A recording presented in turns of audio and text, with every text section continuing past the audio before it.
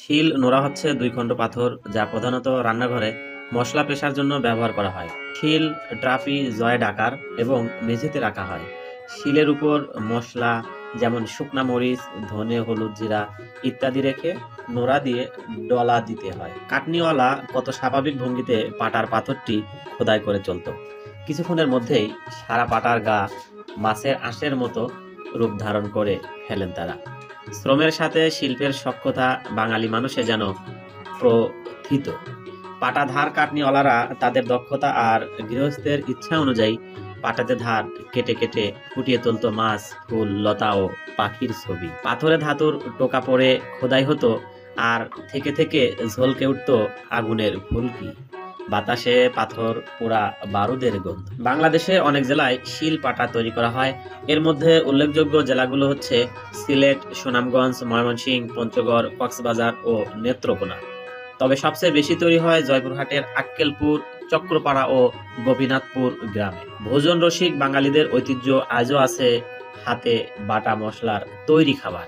এখন হাতে বাটা মশলার বদলে মেশিনে ভাঙানো গুঁড়া মশলার প্রচলন এসেছে। তারপরেও অনেকে হাতে বাটা মশলায় তৈরি খাবার পছন্দ করে থাকেন। বাসায় শিলপাটা ধার করা। বাজারের গুঁড়া মশলার তুলনায় বাটা মশলায় রান্নার স্বাদ ভিন্নতা পাওয়া যায়। তবে সমস্যা হলো সবসময় এই শিলপাটা ধার করানোর লোক পাওয়া যায় না। আর শিলপাটা ধার কমে গেলে মশলা পিষে নেওয়া বেশ কষ্টকর হয়। চলুন তাহলে দেরি না করে জেনে নেওয়া যাক বাসায় কিভাবে ধার করবেন শিলপাটা। প্রথমে মেঝেতে একটি মোটা কাপড় বা তোয়ালের উপর শিলপাটা বসিয়ে নিন। হাতুড়ি এবং বড় শুক্র অথবা গজাল নিন। পুরনো গর্তের মধ্যে খানিকটা বাঁকা করে শুক্র ধরুন এবং অল্প অল্প করে হাতুড়ি দিয়ে ঠুকুন। চাইলে নতুন করেও গর্ত করতে পারেন। ঘন ঘন গর্ত করতে হবে।